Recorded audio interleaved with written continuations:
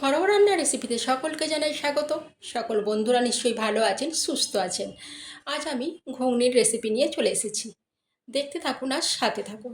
আমি ঘুগনি রেসিপি করার জন্য নিয়ে নিয়েছি এখানে মটর কড়াই নিয়ে নিয়েছি।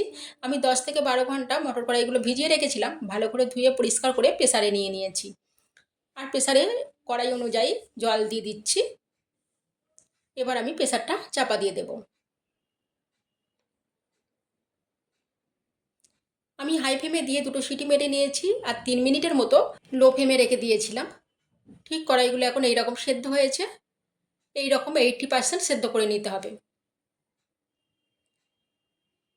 আর জলটাও ঠিকঠাক আছে। আর আমি এখানে নিয়ে নিয়েছি পেঁয়াজ কুচি করে নিয়েছি 4টি মাঝারি সাইজের, ঠিক এইভাবে। আর নিয়ে নিয়েছি মটন চর্বি নিয়েছি এখানে ছোট ছোট করে কেটে। চিকেন কিমা করে নিয়েছি এইভাবে ছোট ছোট করে কেটে। আলু কুচি করে নিয়েছি ছোট ছোট করে। আর একটা টমেটো বড় কেটে নিয়েছি এইভাবে। কড়াটা বেশ গরম হয়ে গেছে। এখন আমি সর্ষের তেল দিয়ে দিলাম, রান্নাটা আমি সর্ষের তেলেই করব। সর্ষের তেল দিয়ে দিলাম আমি। তেলটাও গরম হয়ে গেছে। এবার আমি আলুগুলো ভালো করে ভেজে নেব, লাল লাল করে। এখন আলুর মধ্যে দিয়ে দিচ্ছি আমি অল্প পরিমাণ লবণ আর অল্প পরিমাণ হলুদ গুঁড়ো দিয়ে ভালো করে ভেজে নেব। যারা নতুন রান্না শিখছেন তাদের জন্য বলি, কড়া প্রথমে ভালো করে একদম গরম হলে তারপরে তেল দেবেন। আর তেল গরম হলে আলু মানে মাছ যে কোনো জিনিস তারপরে দেবেন। কোনো সবজি যে কোনো ভাজবেন তখন দেবেন। দেখুন একটা আলু কিন্তু আমার কড়ার গায়ে লেগে যায়নি। ঠিক এইভাবে যদি ভাজা হয়, তেল মানে গরম হওয়ার পর যদি জিনিস দেওয়া হয়, তাহলে কিন্তু কোনো কিছু জড়িয়ে ধরবে না কড়ার মধ্যে। আর তাড়াহুড়ো করে কড়া বসিয়ে তেল দিয়ে দিলেই কিন্তু জড়িয়ে ধরবে, যে কোনো জিনিস ভাজুন না কেন। আমি বেশ লাল লাল করে আলুগুলো ভেজে তুলে নিচ্ছি এখন। এবার এই তেলের মধ্যেই আমি আরও 2 চামচ সর্ষের তেল দিয়ে দিলাম। আমি রান্নাটা কিন্তু মানে অল্প তেলের মধ্যেই করব। আপনারা চাইলে আরও তেল দিতে পারেন, কিন্তু আমি অল্প পরিমাণেই তেল ব্যবহার করব।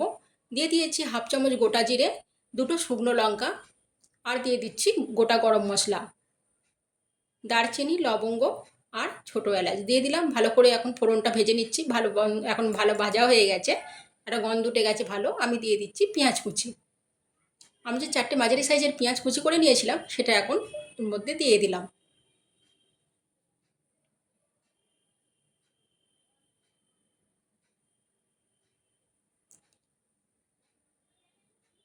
আপনারা আরও তেল ব্যবহার করতে পারেন, কিন্তু শরীরের জন্য বেশি তেল ভালো নয়। তাই আমি অল্প তেল দিয়েই রান্নাটা করছি। অনেকেই অল্প তেল দিয়ে রান্না দেখতে পছন্দ করেন, তাই আমি এটা অল্প তেলেই রান্নাটা করে দেখাচ্ছি। আর তবে অল্প তেল দিয়ে রান্না করলে হাই বা মিডিয়াম ফ্লেম দিলে হবে না, একদম লো ফ্লেমে রেখেই রান্নাটা তখন করতে হবে। দিয়ে দিচ্ছি 1 চামচ আদা বাটা আর 1 চামচ রসুন বাটা দিয়ে এখন ভালো করে এটা কষিয়ে নেব আদা রসুনটা।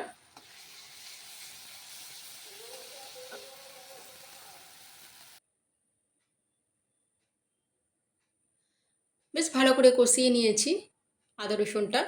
এখন আমি এর মধ্যে দিয়ে দেবো যে টমেটোটা কুচি করে রেখেছিলাম, সেগুলো আমি এর মধ্যে দিয়ে দেব।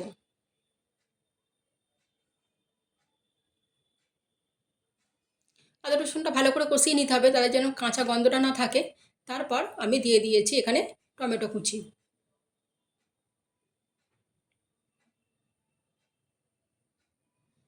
এবার দিয়ে দিচ্ছি আমি চিকেন কিমাটা।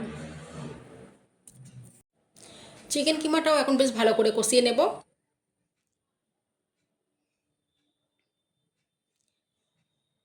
যেহেতু আমি চর্বি দেবো সেই জন্য আমি তেলটা আরও কম ব্যবহার করেছি।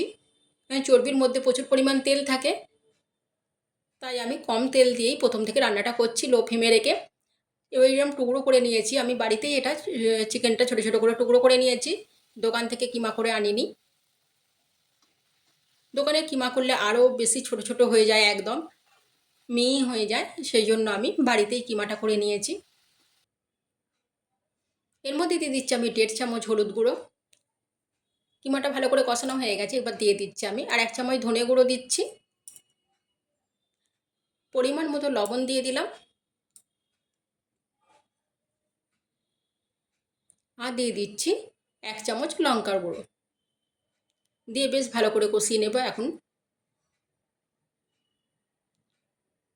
আমি কোনো জল ব্যবহার করব না, চর্বির মধ্যে জল তেল দুটোই আছে। এবার আমি চর্বিটা দিয়ে দিচ্ছি, এটার সঙ্গে কষিয়ে নেব ভালো করে।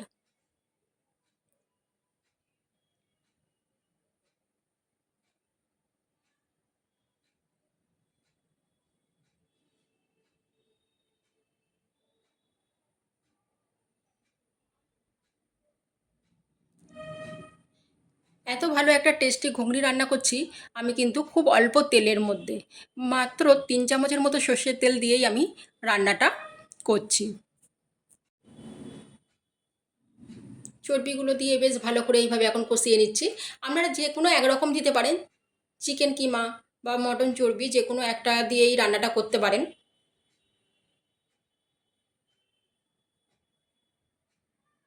মটন ফ্যাটটা ঠিক আমি এইভাবে ছোটো ছোটো করেই কেটে নিয়েছি।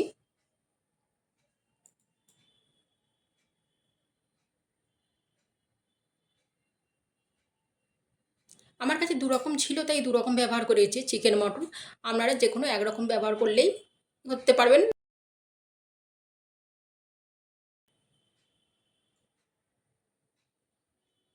তবে এইভাবে করলে, চর্বি আর কিমা দিয়ে রান্নাটা করলে ঘুগনিটা খুব টেস্টি হয়, আর বাচ্চারা খুব খেতেও ভালোবাসে এটা।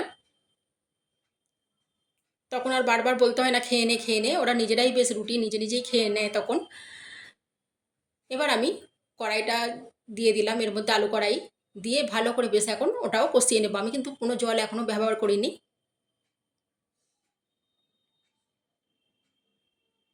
এইভাবে রান্না করলে রুটি লুচি পরোটা সবের সঙ্গেই খুব ভালো লাগে এই ঘুগনিটা, মুড়ি দিয়েও ভালো লাগে।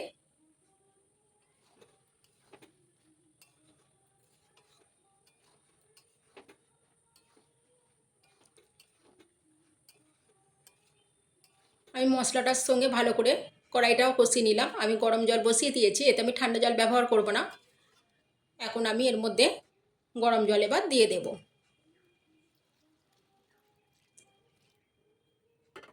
যে যেমন ঝোল বা গ্রেভি পছন্দ করেন সেইভাবে জলটা দেবেন। আমি এই রকম জলটা দিয়েছি। আর দিয়ে দিচ্ছি হাফ চামচ কাশ্মীরি লঙ্কার গুঁড়ো। এটা অপশানাল, দিতেও পারেন নাও পারেন, আমি কালারটা লাল আনার জন্য দিলাম।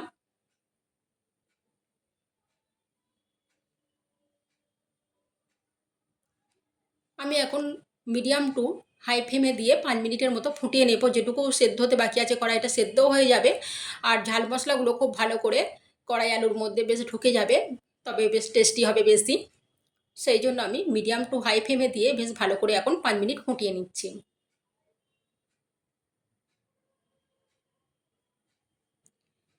কারণ আলু ভাজতে ভাজতেই সেদ্ধ হয়ে গেছিলো, ছোটো ছোটো আলু আর লাল লাল করে ভেজে নিয়েছিলাম, তখন সেদ্ধ হয়ে গেছিলো আর কড়াইও সেদ্ধ করা ছিল। এখন একদমই সময় লাগবে না, 5 মিনিটের মতো ফোটালেই হয়ে যাবে।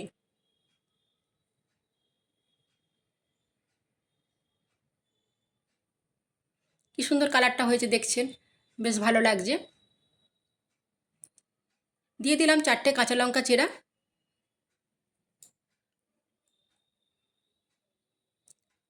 আর দিয়ে দিচ্ছি 1 চামচ জিরে গুঁড়ো।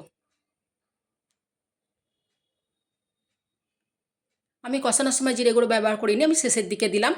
রান্নার শেষের দিকে জিরে গুঁড়োটা দিলে আলাদা একটা স্বাদ হয়। জিরে গুঁড়ো দিয়ে দিলাম।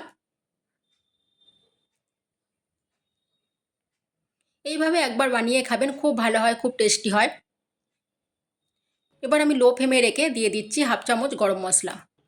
রান্না আমার কমপ্লিট, এবার এটা আমি নামিয়ে নেব।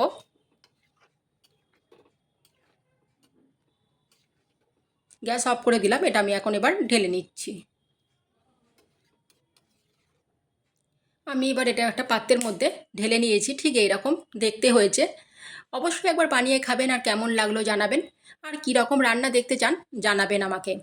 ভালো থাকবেন, সুস্থ থাকবেন, সাবধানে থাকবেন।